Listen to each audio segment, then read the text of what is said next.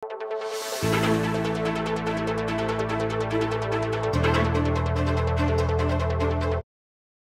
ba'y ka rin posibleng epekto na ning malagad na pamanuran at ning mapaling panahon ing kakulangan king water supply. Anya naman balawon si pamagbante na ning Pampanga River Basin Flood Forecasting and Warning Center o PRFFWC kaning ilog apong aliwang waterways.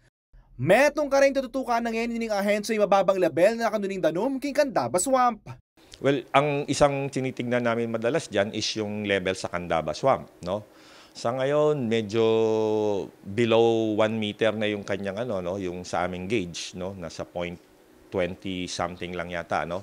Anyway, meron pa rin yung tubig, kaya lang syempre kung dito kumukuha ng mga patubig ang ating mga kababayan diyan, medyo hindi ganung karami yung nakukuha nila. Sumangit na nini, ala pa kanong dapat piganakan king level na ning danom king Pampanga River, agpaking Chief Hydrologist ng PRFFWC ay Hilton Hernando. Sa ngayon, wala namang kaming nakikita na naging tuyo na yung ilog. May mga flow siya pero sadyang mababasa sa alert levels na minomonitor namin. So, sa ngayon, may mga lugar na zero.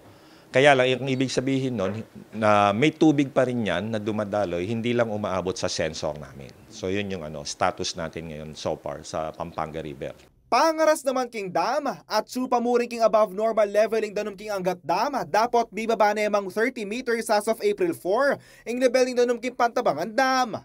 Kasi malaki yung reservoir ng Pantabangan nagkakaroon na rin sila ng mga adjustments diyan Iba yung kasi may mga protocol yan kung darating kami sa ganito, baka magbabawas sila sa irigasyon, pero yung domestic water needs hindi naman siguro nila agad na babaguhin. So may ganyang mga protocols yung mga dam offices natin. Samantala kinumpirma na namang Hernando payari na yung El Nino, dapat manatili pa mo rin kanong epekto na nini. Asahan mo naman kanu ipamaglob na ning La Nina. So at the moment, may 65% probability na magkaka-La Nina.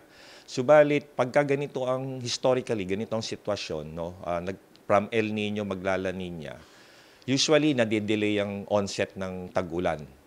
So kung titignan natin, dapat pagdating ng mga Mayo or June, July, ganyan, dapat nagsisimula. Medyo madidelay ng konti yung onset ng rainy season natin. Yako po yung kaya kayong talasuyo, JM De Jesus, ating pusong makabalen.